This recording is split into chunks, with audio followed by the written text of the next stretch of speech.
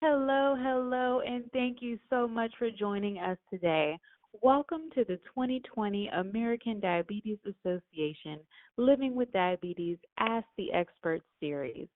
Today's topic is managing mental health during COVID 19. During a time that might be challenging for many of us, we wanted to shed some positive light and remind you that you are not alone. We're here for you, and today's expert will talk through many tools and strategies to manage the added stress you or your loved ones might be feeling.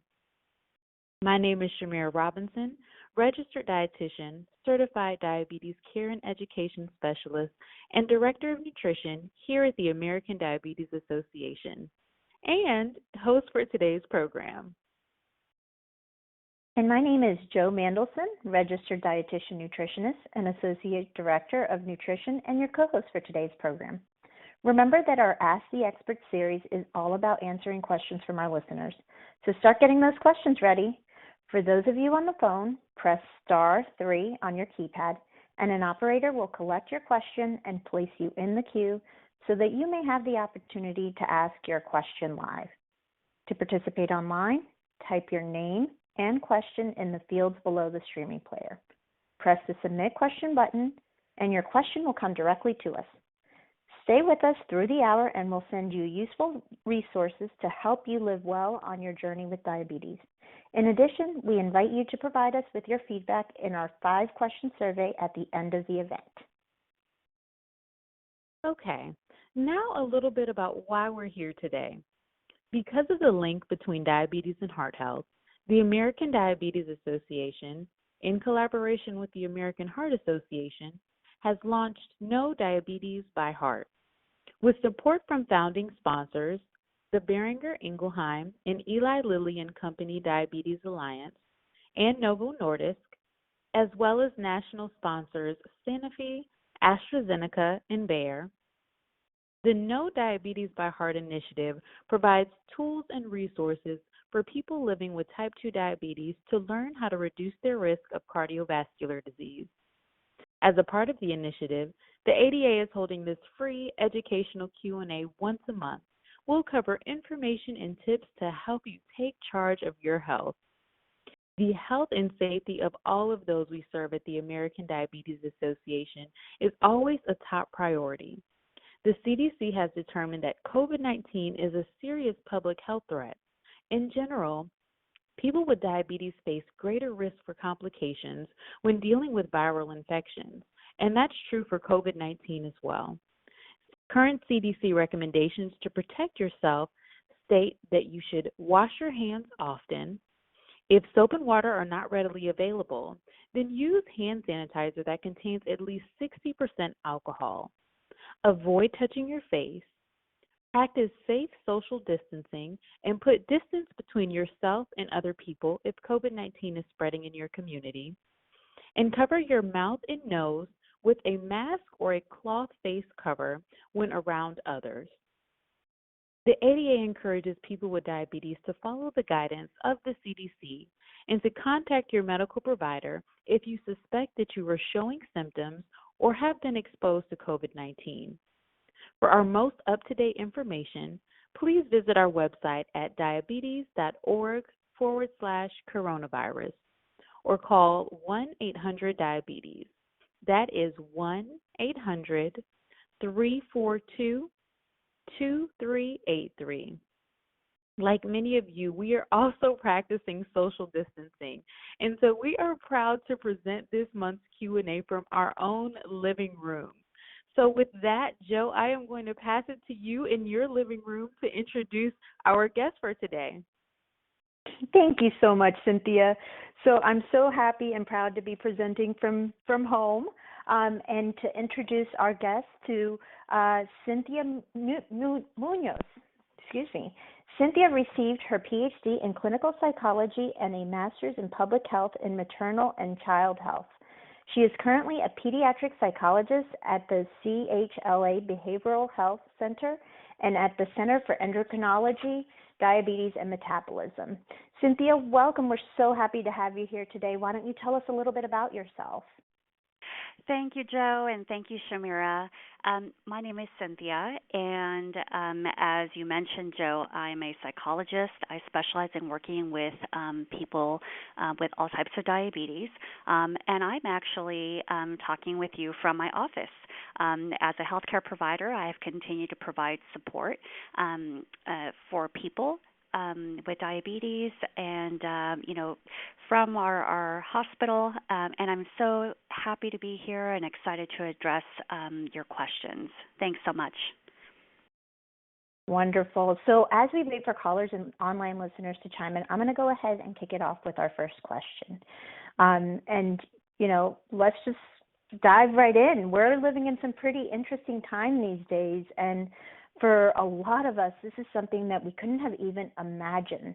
So I just want to ask you a little bit and talk a little bit about what are some of the emotions that people might be feeling. We're living kind of a new normal. So what would be an expected emotion that we might be feeling, or what might be different about how we're feeling? Yeah, well, a new normal is right. We have never experienced a situation and a way of life that we are now. We've all heard comparisons about, past, pandemics or whatnot, but this is unique, and I think it's really important for us to be aware of that because this is a unique situation. We are all having to approach this and the uncertainties, associated with COVID-19, with our unique resources. So during difficult times like this, feelings of stress are inevitable in our communities. And we can expect that each person's response and emotions will vary. So while some people are feeling sad or worried, others are feeling less stress and happy to be spending more time with their loved ones. It's interesting, and it's also important for us to recognize that within a single, home or within a single group of individuals, each person may be responding in a very different way, and that's okay because again, this is an unprecedented situation. Everyone is, coping in a way that comes naturally and is individually, just their response for dealing with a difficult situation, and they will more than likely be unique.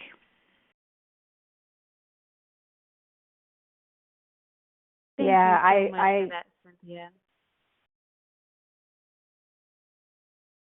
Thank you. And as a reminder to everyone on the line, today we are talking about how to take care of your mental health during COVID-19. Cynthia hit on some really great points and how tough that it can be during this time. So if you have questions about different things that you're feeling, about ways that you can help to manage those feelings or cope with things that you might be experiencing, remember that you can always press *3 on your keypad, and an operator will collect your question and place you in the queue so that you may ask your question live. And if you're online, no worries. All you have to do is type your question and press the submit question button, and it will come directly to us. Okay. So for the first question, I am going to open this up to Barbara in Cadmus, Michigan. Barbara, you are live, and you may ask your question. Yes, I'm wondering how many others have been having trouble getting their groceries and not staying out of stores and being able to keep their glucose numbers under control. I had someone getting my groceries for me for 2 weeks, and then they couldn't do it anymore, and my blood sugar numbers, because of all the stress and everything, are just unstable. They're wavering 50 to 100 points higher than what they were, and I'm not eating more. In fact, I'm writing down everything I eat and the calorie count and sodium and carbs and everything. And I'm staying low, and I've lost 8 pounds. But the AFib's going crazy. I had AFib for 2 hours this morning. So I'm not sure exactly are other people experiencing this. My doctors have given me two um, blood pressure meds. And I just don't know. It just seems like, and I'm alone. And when I go out, I drop off letters in the mailbox, or I've been to the credit union and used their outside service, and that's it. So I really don't know. You know, the doctors have warned me to stay away from the hospitals and stuff because the COVID is still so active. And I'm just wondering if other people have entered this area of instability. Barbara, I'm so glad that you called in and that you're asking this question. I can imagine that a lot of people on this call are nodding their heads in agreement with you, because a lot of people are experiencing difficulty or wondering how to get their groceries safely when they are being told that they are higher risk. Um, and then you mentioned the difficulty, managing the blood sugars while what you're eating and drinking has not changed. You're noticing your blood sugars are higher. You noticed that you had an impact on your blood pressure. But at the same time, you noticed that you lost some weight. So I can chime in about the mental health perspective, and then I will rely on my colleagues to chime in, from their area of expertise. But trouble getting groceries is definitely a challenge for many people. One of the wonderful resources within many communities that's not well known is that there are actually some fire departments and police departments that are assisting individuals in their own communities with help getting resources. Of course, we know that there are other individuals that are relying on online companies, delivery services, for getting their groceries. We know that some of the major chains of grocery stores are also providing delivery services, and many are doing them free of charge. But not everybody has access to Instacart or to these large grocery store chains. And so one resource may be even calling your non-emergency number in your community. We don't want to call 911, right, unless it's an emergency, but our local police and fire departments have non-emergency numbers to call to find out if they have resources for helping people in their community to get groceries. The other thing I wanted to comment about is the difficulty managing blood sugars. Yes, a lot of people are experiencing what you mentioned, and that is that a lot of people that I am talking with are talking about seeing their blood sugars either generally just go up, where they're higher, or they're seeing a lot more variability in their blood sugars. And there are many, many, many factors, as we know, that impact blood sugars. But one of the factors that that research has shown as impacting blood sugar is absolutely stress. So stress can be one factor that impacts blood sugars.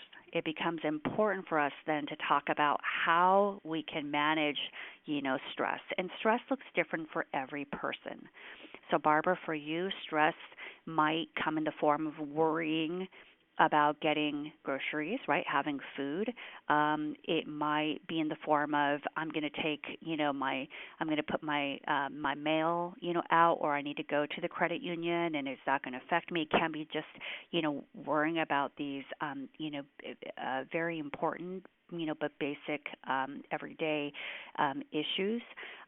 It can be worrying about just, the future. But whatever that may be, the worries can lead to stress, and that can impact blood sugars. The other thing that is important to consider is that in general, for a lot of people, the levels of activity are much lower. So you are leaving your home, to put the mail out and go to the credit union. But overall, it's possible that you are less physically active. And so for some people, the levels of medication that they are needing right now to manage their blood sugars are being adjusted to account for that change. Something else that's important to take into consideration is sleep. And if your sleep routine has changed, is that impacting your health right now? Is that impacting your physical activity in any way? If the answer is yes, that's also very common for people right now. When it comes to the loss of weight, that's something to talk about with your physician, because it can be a positive where maybe it's been a goal for you, or it can be a reflection of higher blood sugars, which is not necessarily a healthy way of losing weight. But those are the questions that your doctor, your physician, will be better able to address for you. We really want to focus on getting information, having resources, and figuring out how to best manage our levels of stress. No doubt during this call we'll talk about the specifics on a variety of ways that we can, manage stress. But I wanted to give my dietitian colleagues an opportunity to chime in about, your questions. I'm sure they have, some input from their perspective as well. Joe and Shamira? Yeah. Hi, I can chime in. Oh, go ahead, Joe. Sorry, go ahead, Shamira. It's a little bit tricky doing this from our living rooms. We can't pick up on those in-person cues as well. But I think you did an excellent job of covering all of those points, Cynthia, and I think it was great to point out some different resources, especially when it comes to getting groceries. There are local resources, including the ones you named. Also, sometimes your local health department can be helpful in finding those resources to really get you those resources you need, because that, in addition to stress, what you are able to put in your body and how much you're moving has such a huge impact on your blood sugar. Now, speaking of groceries, it looks like we have a comment on the line here from Susan in Kentucky. Susan, you are live, and you may ask.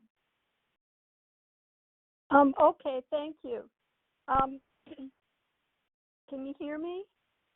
Yes, we can hear you, Susan. Okay, well, I certainly empathize with your first caller.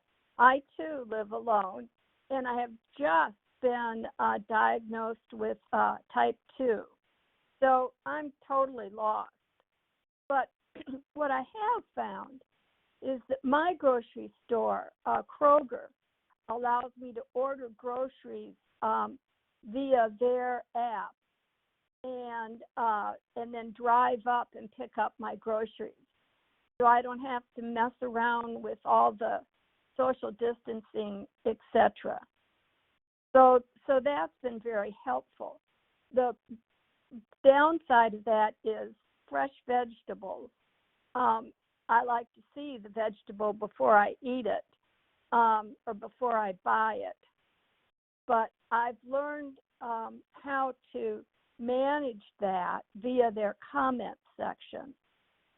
So if I want tomatoes, I specify what type of tomato and all of that. So that's been very, very helpful.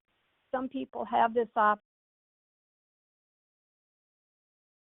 Thank you so much for your comments, Susan. And I think that is some helpful information. We mentioned the online grocery shopping, but sometimes your grocery stores have apps themselves where you can place your order for the groceries that you have in mind. And then they have what's called curbside pickup, where you get a personal shopper. They can pick those groceries for you. And if you're able to get to that grocery store, or if you're able to send someone for you to their grocery store to pick up those groceries where they don't have to go inside, but they can just get it and have a worker come out to the car, deliver those groceries. And so you're still practicing social distancing and trying to keep as safe as possible. Now, I know you mentioned you are also newly diagnosed with type 2 diabetes, and I think another great resource for you is our Living with Type 2 Diabetes program. So, in this program, you get e-booklets with all sorts of information. So, to really help you on that journey, so you're not feeling as lost. I'm sorry to hear that you are feeling that way. And so, again, with that Living with Type 2 Diabetes program, you have booklets that come to your email with things like how to eat healthy, managing physical activity, emotional health and wellness, like we're talking about today. But you also get a free subscription to our Diabetes Forecast magazine. So that is 6 issues to that magazine. So if this sounds like something you're interested in, just to help you navigate this journey of living with diabetes, then you can find the link to sign up on our registration page. That is diabetes.org/expert. And I think that's a really great resource, Shamira. I'm so glad that you talked about it. I think my favorite part about it is the diabetes forecast and having the ability to receive those 6 free issues, because there's just that magazine is packed with information. I wanted to add one more thing that I remembered as we were listening to the last caller.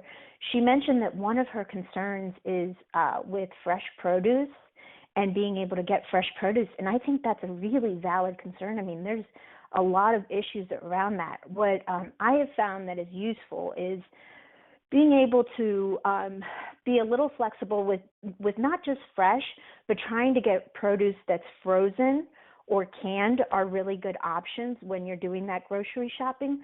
But also there are some communities that have developed the idea around curbside pickup and farmers markets. So I know my local farmers market is doing this, and I've heard of others in the area that are doing this, where you order ahead and you place your order, and then they are having you enter the farmers market one way and exit the other way, and trying to maintain that social distancing.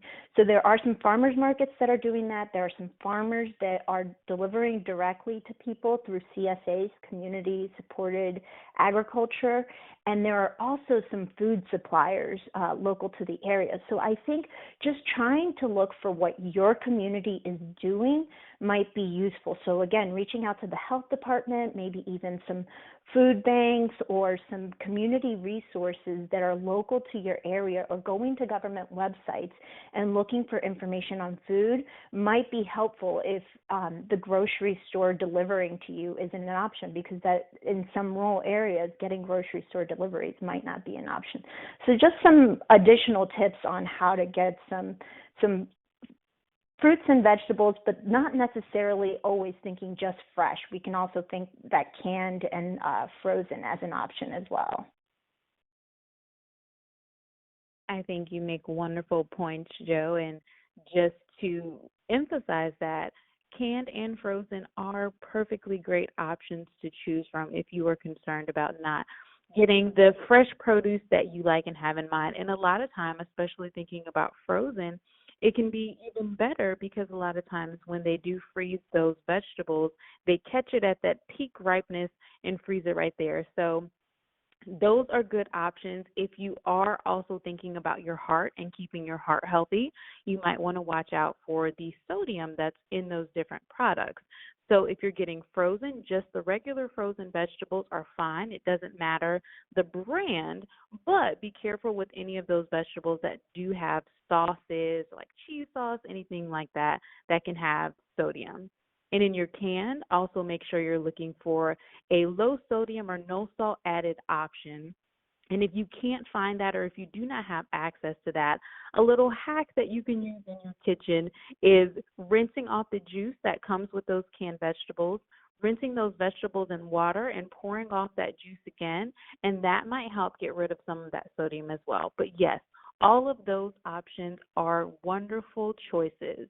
Now let's go to Frank in New Jersey. Frank, you are live and you may ask your question. How you doing?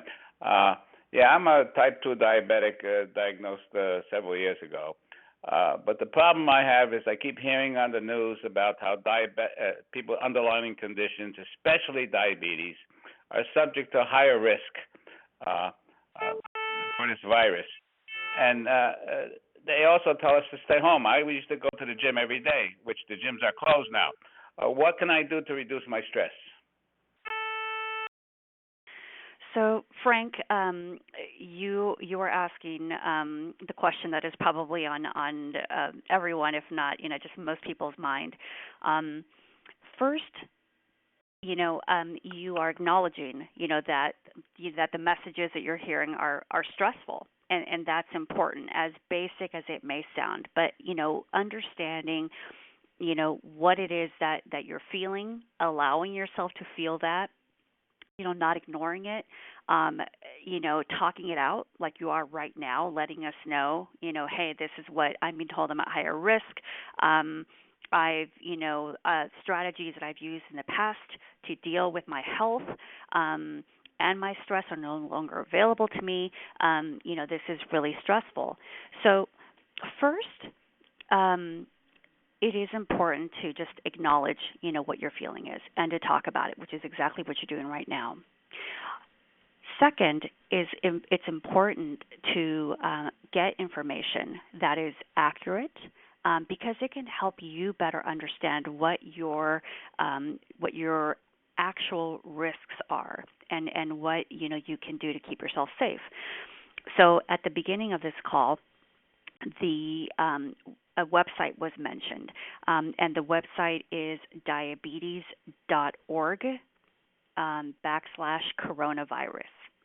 So if you look up, the ADA and coronavirus, there's a website, there's a page that is specifically dedicated to this very topic. And in that, information, you will find that the question about the relationship between diabetes and COVID-19 is actually a little bit more complex than the generalized comments that you might be hearing from people.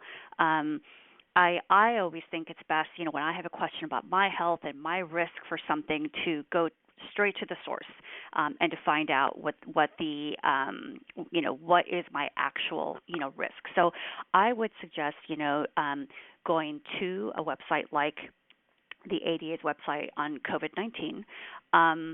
You can absolutely also call the 1-800-DIABETES number if you want to be directed to specific information.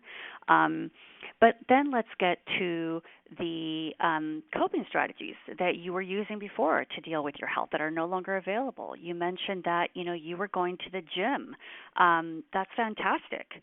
But unfortunately, the gyms are now closed in most places. And so what do you do when you no longer have a gym available to you? One of the resources that some people have are online, where I know my local ADA chapter hosts these workouts. It's on Facebook. They're live, and I can access them 3 times a week. And then it's someone guiding us through very simple exercises. And so Joe and Shamira, can probably can mention more information about what the ADA has available as far as physical activity is concerned. But there are opportunities to do simple exercises even in your home if you are staying indoors more. Some people are choosing, to go on walks. And this is where you want to consider the ways that you can keep yourself safe when you're out and about, by maintaining physical distance from other people, So maintaining 6 feet of distance. Yes, it might mean that if you're walking, down a road or a sidewalk and someone's coming the other way and they're not moving, it might mean that you have to, move over to the side or step aside and wait for them to pass before you continue going. I'm finding that patience is really going a long way to make sure that we're maintaining social distance when we're out and about. And then the other thing that we can do to keep ourselves safe is, wearing masks, cloth masks, something that covers your nose and your mouth.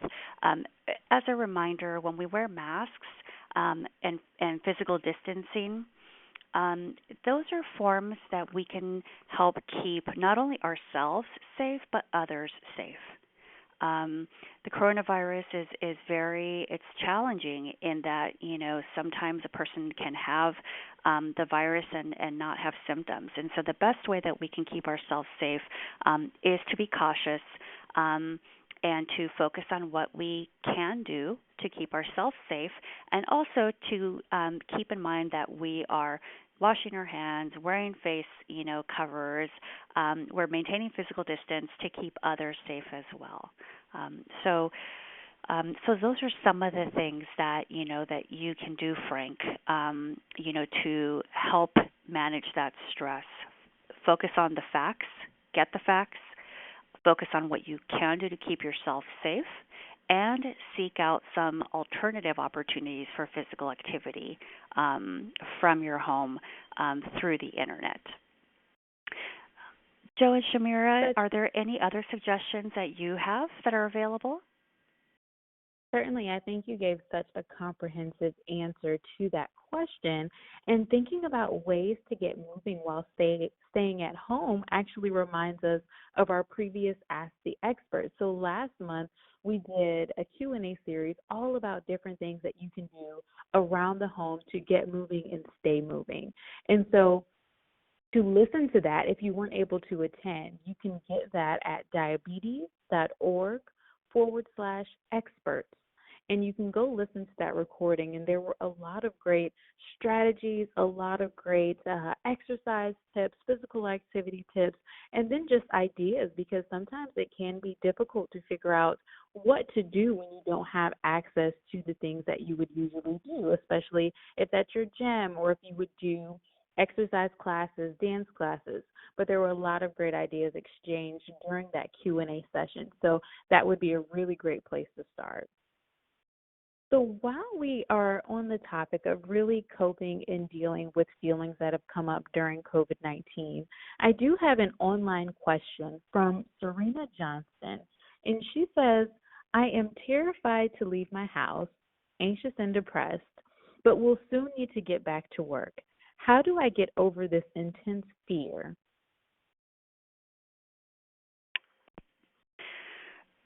So the fears are very real, and so I want to make sure that we acknowledge that that anxiety and depression are very real, and they are based on many things. So a couple of questions I would ask myself would be what underlies my anxiety and my depression? What is my anxiety and my depression about? I would want to know what are my worries? Why am I feeling sad? Better understanding where the feelings are coming from help us to cope with these very strong emotions more effectively. So the thought of returning, to work under, our current, situation of a pandemic, where there are many unknowns, can be very anxiety provoking. And then, feeling so worried not going out, not interacting with others. So isolating can absolutely lead to feelings of loneliness, feelings of sadness, and then potentially depression. So a couple of things to consider are, were the anxiety and the depression there before COVID-19, and did they get worse? As COVID-19 and physical distancing or quarantining, stay at home, as all of these rules and regulations started to unfold, did that anxiety and depression get worse? It's important because if anxiety and depression are new, people can sometimes experience, difficulty knowing what it is that they're actually feeling. Sometimes people feel like, oh my gosh, am I losing it? What's going on? What is it that I'm feeling, and why am I thinking this way? If anxiety and depression are not new, but they have worsened, then it's important to consider that this pandemic is adding additional worries and stress on top of the worry and stress that was already there before. So when you think about returning to work and experiencing these symptoms, one thing to consider is when you return to work, there are absolutely safety measures that are in place, not only from our public health organizations, the ones that we've mentioned a few times on this call about washing our hands, wearing face masks, physical distancing, but also there are likely safety protocols in place at your place of work. So it's important to find out, what the safety protocols are at your place of work. Your place of work wants to keep you safe because they need you as their employee. And they don't want you to get sick, because if you get sick, that's not good for them either.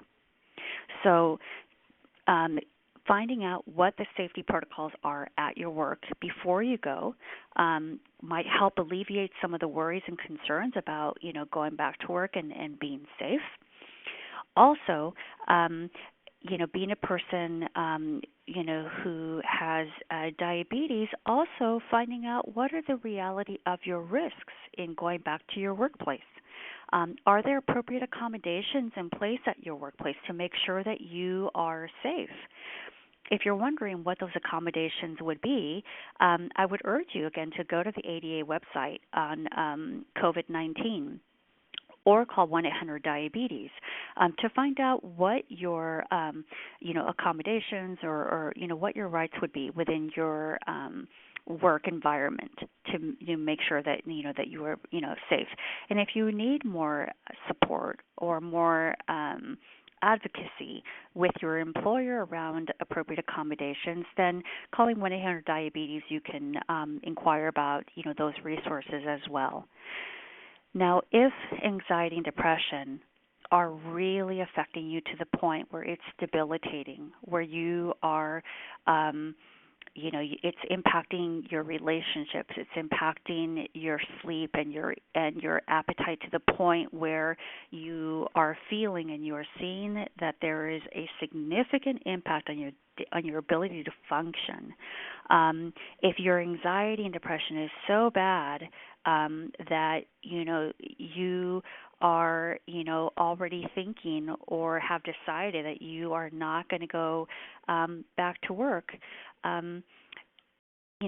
first follow the steps we just talked about getting the accurate information about the safety protocols at your work and about your actual risks and what your rights are in your workplace. However, if anxiety and depression ever becomes debilitating, in other words, if you find yourself worrying excessively to the point where it negatively impacts your sleep, your eat, it could be that you are feeling very sad, low energy, low motivation, where you are isolating, not just because you're being told to stay home, but now you're avoiding interactions with your loved ones or people that you might normally interact with. If you're having thoughts of not being alive, or of hurting yourself, if all of these symptoms are getting to a point where it is feeling so overwhelming, please know that you can and should reach out to somebody that you can talk to about those things. If you could, it would be helpful to reach out to your primary care doctor.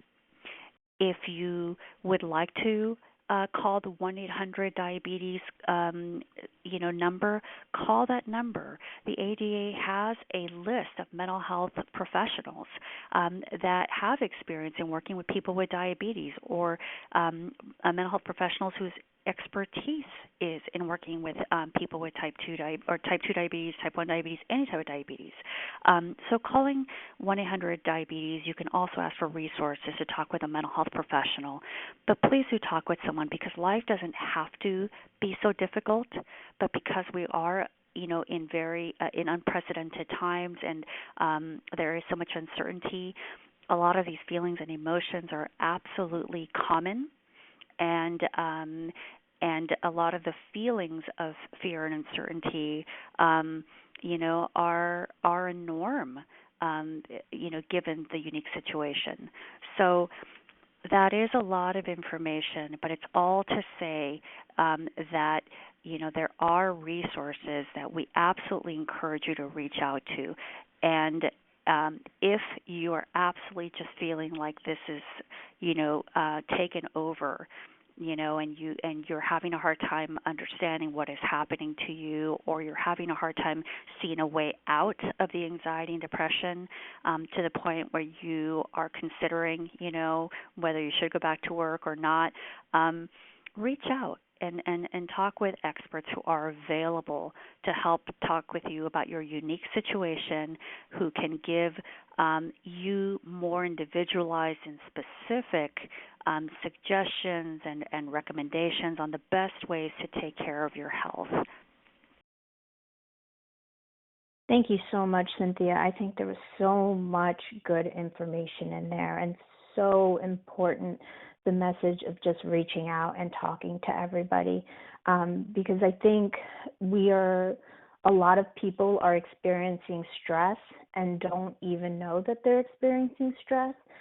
So we know that, stress can manifest itself in different ways, especially with someone who might have diabetes. They may have, increased blood glucose levels, like we talked about in the beginning, impaired decision making, increased blood pressure, and other symptoms. It's so important to kind of reflect on yourself and figure out what those next steps are of like reaching out to someone. What I want to ask you is, are there other ways that stress might manifest itself? Like, are there other ways that someone might recognize, okay, I think I'm feeling this, or I think I'm feeling anxious? How might they know that they're feeling that if it is something new to them? Yeah, that's a very good question. So stress can mean so many different things to so many people, as you mentioned. And stress can manifest itself emotionally, but it can also manifest itself physically and behaviorally. And then finally, it can manifest itself, cognitively, like our thought process.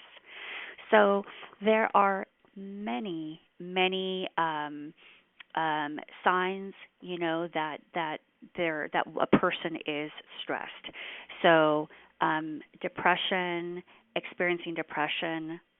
So that can be, sadness, low motivation, low energy, sleeping more or sleeping less. It can also be eating more than typical, or eating less. So more or less for both sleep and for appetite. Another sign of stress can also be anxiety. And anxiety, by definition, means worrying excessively.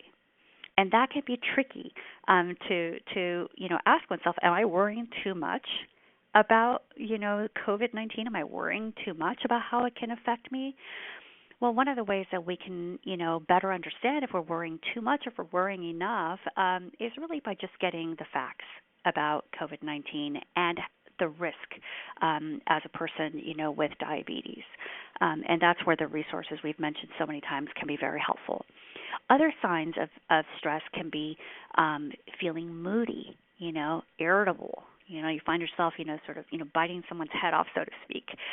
Feeling angry, feeling overwhelmed, um, feeling, lonely and isolated, which again, we think about, individuals who either live alone or individuals, who are not going out of their home because they're afraid of what could happen if they walk outside their door. Again, this is where it's really important to get the facts about COVID-19 and the risks for a person with diabetes. Um, so procrastinating. So if there are things that you have normally done, but you find yourself, neglecting, responsibilities or procrastinating, that can be a sign that you're experiencing stress. Using substances, more than normal, or starting to use substances that you haven't used in a long period of time, that can be an indicator that this is a way that you are coping with increased levels of stress. Again, and I could go on and on. Challenges with memory, more difficulty with concentration. Physical symptoms can be pain. It can be experiencing changes in bowel movements. So it could be diarrhea, constipation. It can be, a lot of different symptoms in all different areas, of life. So, being aware of what your normal is, and how you feel physically and mentally, and being aware of changes, talking to your doctor about it, talking to an expert about it, can be one way of detecting, whether this is a sign that your levels of stress, are higher than normal, and and then taking steps to to understand and to manage those worries, so that the levels of stress can start to come down. And you're right, with diabetes, stress can absolutely impact on blood glucose levels. So if you see that your blood glucose is not cooperating the way that it normally does, I think another really important way to cope with stress and with blood sugars that are higher than they might normally be, or stress, is just to have some compassion. Self-compassion goes such a long way. We have to be kind to ourselves. Sometimes people have such a tendency to beat themselves up. What am I doing wrong? What is going on? What am I feeling? All of this, negativity, and it's understandable, that can happen. But reminding ourselves to be kind to ourselves. A pandemic is happening. We did not cause that pandemic. We were not expecting it. The pandemic is upon us. So we must focus on what we can do to keep ourselves as safe as possible, and to give ourselves, a break, to be kind to ourselves, to understand I'm not being as active because there are restrictions in place. My gym is closed. I'm not eating as healthy as I used to because X, Y, and Z. So reminding ourselves and grounding ourselves in the reality of our situation, also understanding that even though it might feel like this has gone on and on and on, that this is not a forever, thing. Things have absolutely changed. We are adapting as individuals, and as people and as a community. But little by little, things are changing. There are many helpers out there, and I love that. There are many helpers out there.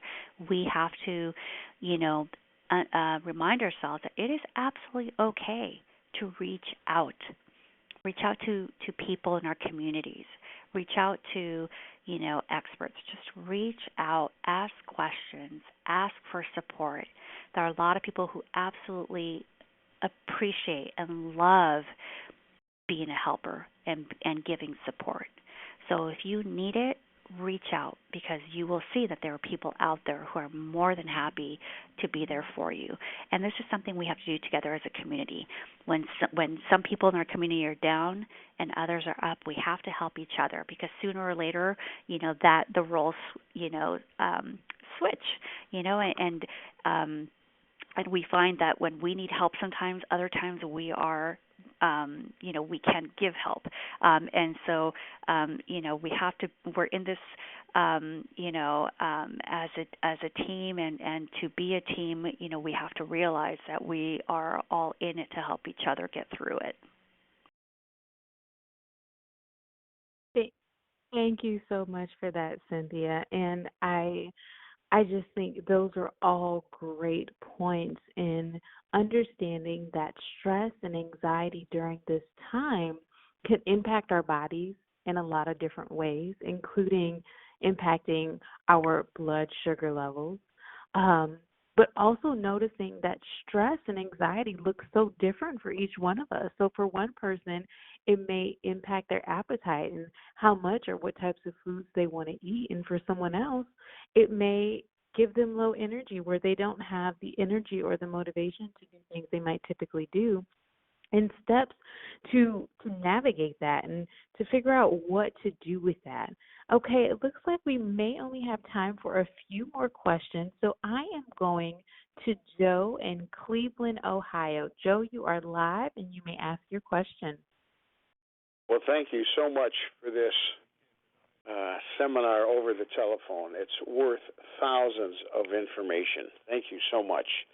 And Cynthia, I'm looking for recommendations for you for someone to help a loved one that's bipolar.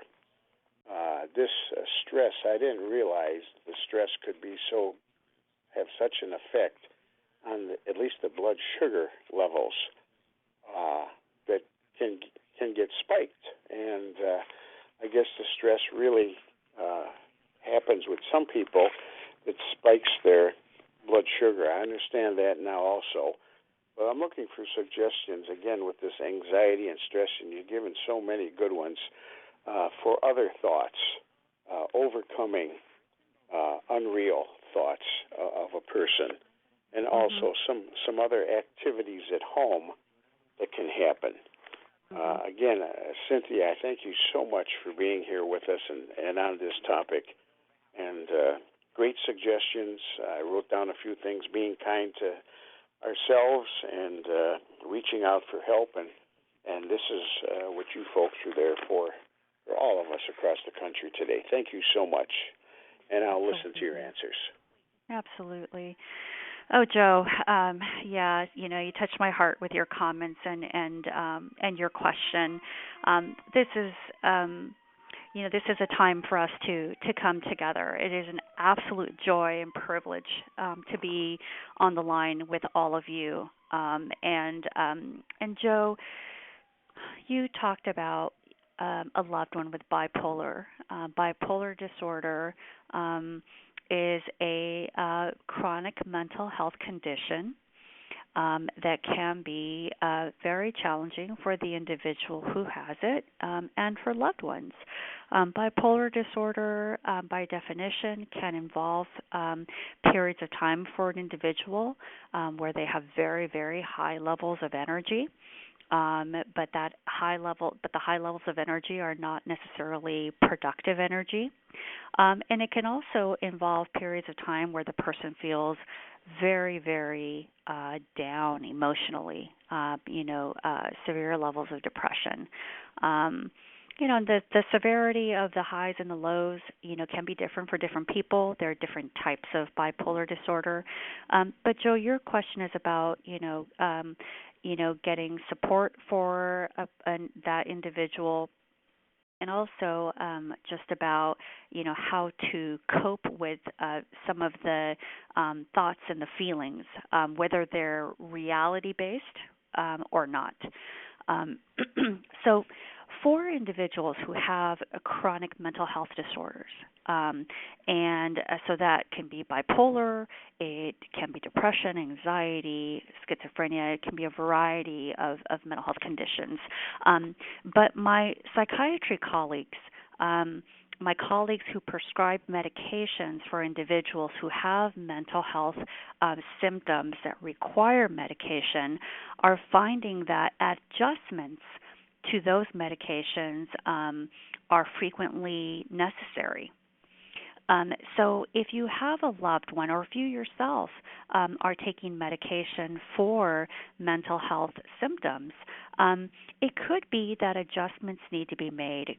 Clearly, there are much higher levels of stress for individuals, and that can impact, the person's mental health symptoms. And it could be that adjustments in the amount of medications are necessary. So if the loved one, Joe, that you mentioned with bipolar has a medical provider who is overseeing the medication component, it might be wise to check in with that individual about how your loved one is doing and whether changes need to be made. Also, does your loved one have a mental health professional, a therapist, that they are checking in with? During this time of COVID-19, while some of us as mental health professionals are, in fact, continuing to see people in person, the numbers of people that we see in person are much lower. Many of us are providing therapy. We're providing emotional support by telephone and or through the computer. That is what we call telehealth. And so many mental health professionals are absolutely available during COVID-19, and it will not require you to leave your home. It would not require you to enter an environment that you feel is not safe. So if you are seeking a mental health provider, one way that you can do that, as I mentioned earlier, is to call 1-800-DIABETES and ask for mental health providers that you can talk with. A lot of so there are mental health providers that are available in your communities or in your state, but also I was starting to say that some regulations have changed during COVID-19, where before you could do therapy by telephone or by computer, but it had to be provided by a therapist who lives in your state. Now there are exceptions to meet the needs of people, all over, the U.S. So call 1-800-DIABETES, ask for mental health resources, call individuals. There are people available to provide support to you about your individual worries and concerns, again, by telephone or by computer. Take advantage of it. Insurance companies are paying for these services, and so you can talk to a therapist or talk to your insurance company about telehealth. Many medical providers are providing support by telehealth as well. So if you have questions about medications, if you, a lot of mental health professionals, psychiatrists, but also a lot of other physicians and nurse practitioners are absolutely providing support through telehealth to keep everybody safe. So, Joe, adjustments in medication may need to be made, or reconnecting or connecting with a therapist, again, by telehealth, could be appropriate. That can be very helpful. With regards to the realistic or potentially unrealistic beliefs or fears around COVID-19, that is where the role of the therapist can be really helpful. If it's appropriate, you can explore the information on the ADA website for COVID-19 or have the individual, look at that information again if it's appropriate. Not everybody does well with information gathering, but that can help ground you and the individual in the realities of what COVID-19 is and what our risks are at this time. I'll stop there, only to add that when I talk about medication adjustments being made for people who take psychotropic or mental health related medications, that can also be true about insulin and other medications for diabetes. Be in contact with your healthcare providers, with your diabetes teams. Adjustments in your medications may need to be made, and that is okay. Also, be in touch with your medical providers. If you need emergency care is absolutely available. There was a mention about avoiding going to the hospital. If you're avoiding a hospital, understandable, but that does not mean that you should avoid your medical provider. Be in touch with them. They will guide you about how to best meet your needs. Thank you so much for that, Cynthia. That is very helpful. And we have one last quick question before we have to go. And I am just going to ask you, Myrtle from Houston says that she has some relatives who want to come visit, but she is concerned because she's considered high risk. She wants to know what she can tell them. So I know there were quite a few questions coming in on our end of people who have loved ones hoping to visit, but they're not really sure what language to share about wanting to keep distance, especially when it's someone that they care about. So can you just end us with some language that might be helpful and appropriate for those sort of scenarios? Yes. Oh, what a great question.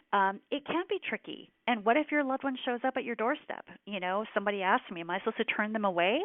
And I said, maybe. What do we say? Well, we can say, I'm concerned that will affect you. I'm concerned that, I could get you sick.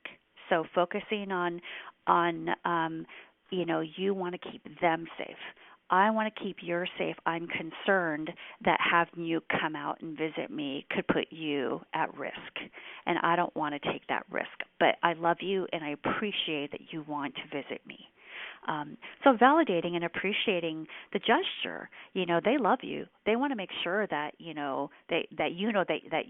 haven't forgotten about you, and we can let them know that that we can let them know that we get it. I love that you want to come see me. I love that I can see that you're thinking about me, and I really appreciate it. But I'm worried about your safety, mine too. Let's ride this out. Let's talk by phone. Let's schedule a Zoom or learning technology, and let's maybe figure out how to use our technology to talk with video so we can see each other that way.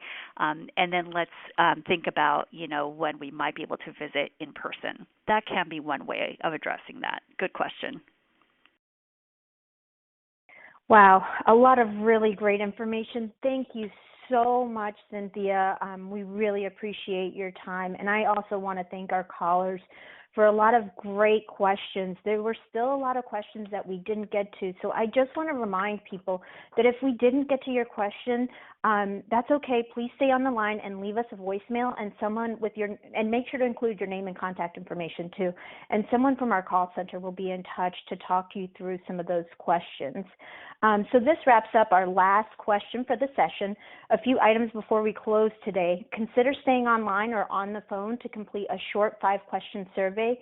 We want to hear from all of you and hope you will take a few minutes to provide us with your useful feedback.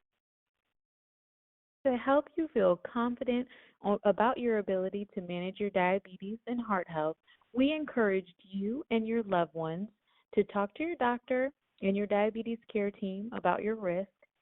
Go to knowdiabetesbyheart.org and learn more. Register for the next event at diabetes.org/experts. Sign up for diabetes education near you. And sign up for ADA's free Living with Type 2 Diabetes program. All of these links are on the Ask the Experts registration webpage. Again, that is diabetes.org/experts. If you have questions about this event, want resources to find diabetes education classes in your area, or would like to receive an information packet to learn more about the Living with Type 2 Diabetes program, you are welcome to contact us at askada@diabetes.org. And there were also a ton of great resources, strategies, tips, tools mentioned on the call today. So if you have follow-up questions about anything that we might have mentioned, you can always call our Center for Information at 1-800-DIABETES. That is 1-800-342-2383. If your question was not answered today, please stay on the phone and leave a voice message with your name and contact information. Thriving with diabetes takes a village, and we are here to support you. Special thanks to our expert, Cynthia Munoz. I am Shamira Robinson, and on behalf of the ADA team, we want to thank you for joining us today. We look forward to connecting with you at our next Ask the Experts event, Building Healthy Meals While Eating at Home, on June 9th at 2 p.m. Eastern Time. I'll turn it over to the survey portion to close out our program. Best wishes for good health. All right. Thank you again, everyone, for joining us today, and we appreciate you taking the time to give us some feedback on today's event. To provide your responses, press the corresponding number on the keypad of your phone. And for participants online, please click on the poll section below the Ask a Question form and click to submit your responses. All right, here's our first question. Overall, how satisfied were you with today's event, Managing Mental Health During COVID-19? Use a scale from 1 to 5, with 1 being not at all satisfied and 5 being very satisfied. And I'll repeat that one more time for you. Overall, how satisfied were you with today's event, Managing Mental Health During COVID-19? Use a scale from 1 to 5, with 1 being not at all satisfied and 5 being very satisfied. And while we take a moment for the next question to come up, I'd like to remind you about one of our programs supporting people living with type 2 diabetes that Shamira mentioned earlier. If you are recently diagnosed or could benefit from a refresher, consider signing up for ADA's free program, Living with Type 2 Diabetes. Participants receive information via email and e-booklets throughout the year-long program on topics including emotional health, eating healthy, and physical fitness, as well as tips on managing and living well with type 2 diabetes. Okay, on to the next question. True or false? Reaching out to people you trust is one of the best ways to reduce anxiety, depression, and loneliness during social distancing. Press 1 for true, press 2 for false, or press 3 for not sure. I'll repeat that again. True or false? Reaching out to people you trust is one of the best ways to reduce anxiety, depression, and loneliness during social distancing. Press 1 for true, press 2 for false, or press 3 for not sure. Before we go on to question 3, we would like to let you know that if you missed a part of today's event or you would like to listen again, we now have full recordings available by phone. You can call the toll-free number, which is 866-686-8240 to hear the latest recording. And again, that phone number is 866-686-8240. All right, on to question number 3. How can stress affect a person's ability to manage diabetes? Press 1 for increased blood glucose. Press 2 for impaired decision-making. Press 3 for increased blood.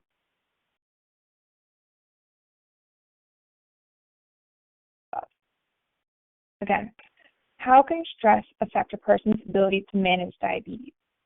Press 1 for increased blood glucose. Press 2 for impaired decision-making, or press 3 for increased blood pressure. Press 4 for all of the above, or 5 for none of the above. And before we move on to the next question, we would like to remind you again that our next Ask the Expert Q&A event will be on June 9th at 2 p.m. Eastern Time. Our guest expert will be talking about how to follow the diabetes plate method with the foods you have on hand in your home. To register, go to diabetes.org/expert or contact 1-800-DIABETES, which is 1-800-342-2383. All right, ready for question number 4. As a result of this event, how likely are you to schedule a visit with a healthcare provider to talk about the link between heart disease and diabetes? Press 1 for not likely, press 2 for somewhat likely, or press 3 for very likely. Again, as a result of this event, how likely are you to schedule a visit with your healthcare provider to talk about the link between heart disease and diabetes? Press 1 for not likely, press 2 for somewhat likely, or press 3 for very likely. And while we wait for the last question, remember that a diabetes self-management education and support program will focus on your concerns about diabetes. This program will empower you with the knowledge and skills to help you manage your diabetes. You can find a link to ADA-recognized diabetes education programs at the bottom of our Ask the Experts webpage, which we said before is diabetes.org/experts, or you can call to speak with a member of our call center at 1-800-DIABETES, and they'll help you identify a program. All right, here's our final question. As a result of this event, how likely are you to sign up for or continue to participate in a diabetes self-management education program? Remember, diabetes education programs usually require a referral from a healthcare provider. Press 1 for not likely, press 2 for somewhat likely, or press 3 for very likely. I'll say that one more time. As a result of this event, how likely are you to sign up for or continue to participate in a diabetes self-management education program? Press 1 for not likely, press 2 for somewhat likely, or press 3 for very likely. All right, thank you for staying with us and providing your feedback on today's event. Again, we offer many thanks to today's expert, Cynthia, as well as our support vendors and sponsors and the No Diabetes by Heart collaboration. This concludes today's program in the Ask the Experts Q&A series. If we have your email address on file, you can expect to receive an email with resources from today's event. Alternatively, you can find links to the resources on our website, diabetes.org/experts. Click on the May 2020 event page under past recordings to find links to these resources as well as a full recording of this event. And lastly, if you have any additional questions, please stay on the line to leave a message with your name and phone number, and a member of our call center will follow up with you soon. Thank you.